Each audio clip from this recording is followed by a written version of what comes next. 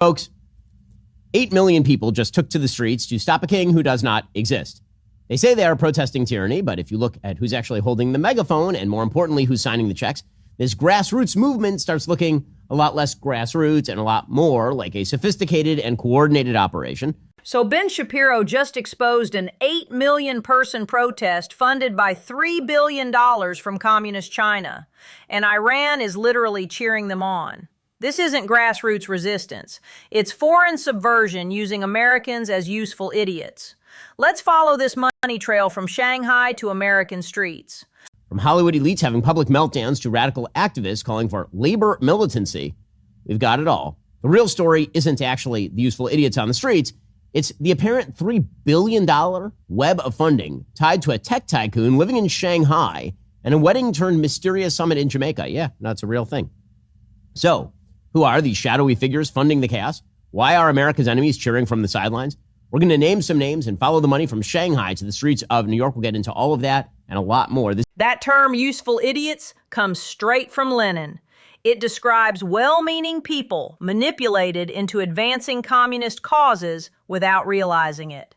The fact that a tech billionaire living in Shanghai is orchestrating American protests while Iran celebrates should terrify every patriotic American. Well, President Trump is not a king. We know this because, that time he was elected and then he was not elected and he left office, which doesn't happen with kings, and then he was elected again.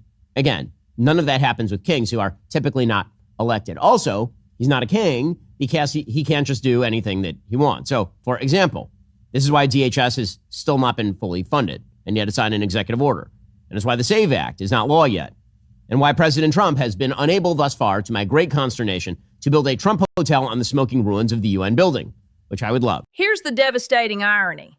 They're protesting fake tyranny while being funded by real tyrants.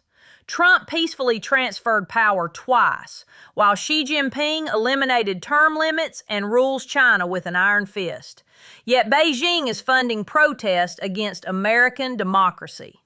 The No Kings Coalition estimates at least 8 million people nationwide participated in protests on Saturday. Now, again, I kind of doubt those numbers. Whenever organizers tell you a number, it's typically way more than the actual number. Organizers said that 350,000 people showed up in New York City alone, which is indeed a lot of people. It's a pretty big turnout, and it's worth talking about why these people are turning out. So let's start with why they are clearly not turning out. They're not turning out because they oppose kings. Moving 8 million people requires massive coordination, logistics, and funding. This isn't spontaneous anger. It's a carefully orchestrated operation. The scale alone proves this goes far beyond organic grassroots organizing into something much more sophisticated and concerning. Unchallengeable title, truly a dullard. She tweeted yesterday, quote, Donald Trump is not, never will be, and has never been a king.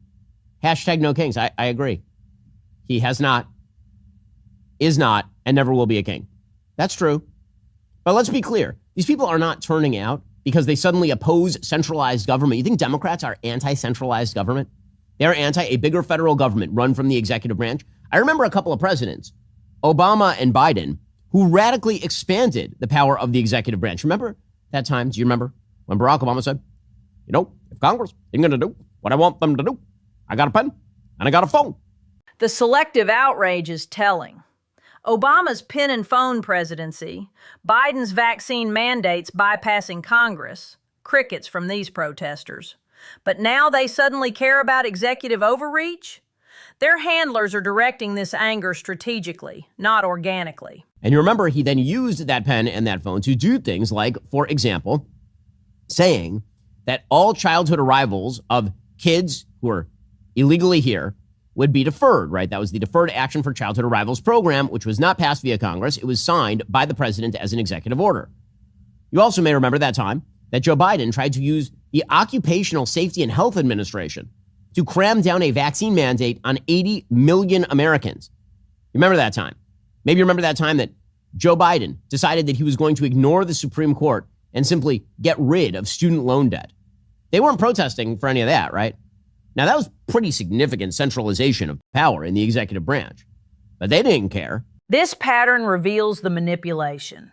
They stayed silent during actual executive overreach because their puppet masters approved of those policies. Now the same foreign influencers are directing their rage at policies that threaten Chinese and Iranian interests. Right. The real reason is because a lot of people hate President Trump. It is indeed that simple. They just do not like the president. They don't have any principled stand here. They're not protesting a specific issue. It's an agglomeration of various people who are mad about various things, but in the end are just mad at, quote unquote, the system and President Trump. That lack of principles makes them perfect targets for foreign manipulation. Generalized anger without specific policy goals serves our enemies perfectly. It creates chaos and division without coherent demands that could actually improve America. We're not looking at a bunch of well-meaning, freedom-loving people who are upset because Big Brother is watching. We're looking mostly at an agglomeration of a lot of people who are misinformed, who've been told things that are not true by the legacy media, and their leadership who are maligned. But the big question remains, how are they getting these kind of numbers? And the answer, at least in part, is a lot of organizing, and that organizing costs a lot of money. I mean, like a lot of money. So Fox News has a new report. It's kind of shocking. Quote, a network of about 500 groups with an estimated $3 billion in combined annual revenues is behind the coordinated nationwide No Kings protest on Saturday, including communist groups who are using the day to call for a revolution, according to a Fox Digital News investigation. So where exactly is that money coming from? This isn't conspiracy theory. This is documented investigative journalism by Fox News. $3 billion doesn't just materialize. This level of coordination across 500 groups requires professional organization and massive financial backing from hostile foreign actors.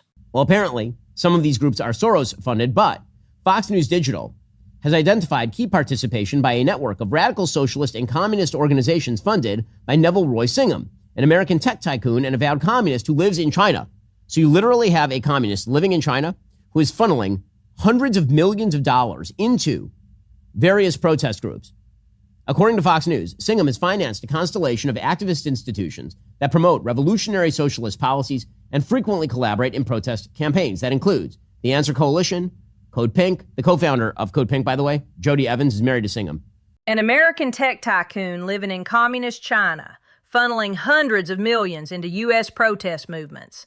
This is textbook foreign subversion. Singham isn't hiding in shadows. He's openly funding the destruction of American institutions from Shanghai. By the way, Fox News has a deep dive on their marriage today, and it's a pretty great report. Quote, as far-left American activists flood Cuba to support its flailing communist regime, U.S. officials have opened a sprawling investigation into an anti-American pro-China nonprofit network forged during a wedding celebration in late February 2017 off Runaway Bay on Jamaica's northern coast. There, beneath a canopy of palm trees, an elite cadre of activists, intellectuals, celebrities, political organizers, and comrades in a global Marxist-Leninist Maoist movement assembled to celebrate the revolutionary love of two luminaries, both 62 at the time. Neville Roy Singham, American-born tech tycoon living in Shanghai, and Jody Evans, a red-haired veteran activist and co-founder of Code Pink Women for Peace. This reads like a spy novel, but it's documented fact. A wedding in Jamaica becomes the launching pad for a 2,000-group network spanning every American enemy. U.S. intelligence agencies recognize this as a genuine national security threat. That weekend, Vijay Prashad, an academic described in the official wedding itinerary as a Marxist intellectual, spoke on a panel called The Future of the Left. By the way, you want to talk about like a horrible wedding weekend? Horrible wedding week. You get invited to somebody's wedding, and they break out Das Kapital and decide to do a panel called The Future of the Left. That sounds horrible. Well, from that beginning of Godfather 1 wedding, apparently springs a magical nexus of wild left organizations that now numbers an estimated 2,000, parroting propaganda from China, Russia, Iran, Cuba, North Korea, Venezuela, and Gaza. That wedding joke aside, this network now coordinates propaganda for China, Russia, Iran, North Korea, Venezuela, and Gaza. Literally every regime that wants America destroyed. $278 million buys a lot of domestic chaos. Apparently, Singham has pushed some $278 million from him into organizations that sow discord in the United States. So no, this is not all innocent. No, it's not just all happening by accident. Yes, it takes an awful lot of money to make this magic happen. $278 million from one source alone. Meanwhile, the leadership is physically traveling to Cuba to collaborate with communist regimes while using ordinary Americans as unwitting pawns in their anti-American agenda. Oh my goodness. Oh my goodness. So, I mean, again, you might be hearing this message over and over from the entire grievance party, from the left and from the horseshoe right. Again, what he said there is multipolar world order with China and Russia as leading forces. And we need to rewrite the history of World War II in order to achieve this new world order. Man, I wonder where I've heard something like that before. Rewriting World War II history to legitimize a China-Russia world order. That's classic revisionist propaganda. They want to erase American leadership in defeating fascism to justify the new axis of China, Russia, and Iran replacing American global influence. America's enemies are counting on the No King's useful idiots to do their dirty work for them, so the Iranians are super happy about this. Ayatollah Khamenei was tweeting from the grave. I'm not sure who was doing it. It was not him. He's dead. We killed him. So he's been dead for a few weeks now, but apparently his corpse is tweeting now. And he put out a statement, quote, "Right now, people throughout all U.S. states are chanting slogans against him, Trump. If you're so capable, solve their problem. You interfere in the affairs of other countries. You build military bases." And then it quotes that from October 20th, 2025. Wow. Well, I mean, Khamenei from the grave in solidarity with hashtag No Kings. Iran's theocratic regime celebrating American protests exposes the game completely. These demonstrations serve Tehran's propaganda purposes perfectly, showing America as divided and unstable, while Iran positions itself as supporting the people against tyranny. Spoiler alert. He is making common cause with the No Kings ralliers. Quote, "Welcome to the party we started 47 years ago. No Kings. This is the people of Iran, and we approve this message. Hashtag No Kings." Yes.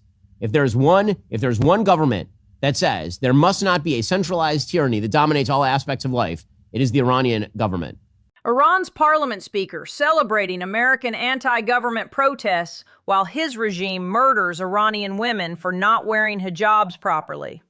The same government that hangs protesters from cranes is cheering American protesters. The irony is staggering. Iran's parliament speaker celebrating American anti-government protests while his regime murders Iranian women for not wearing hijabs properly.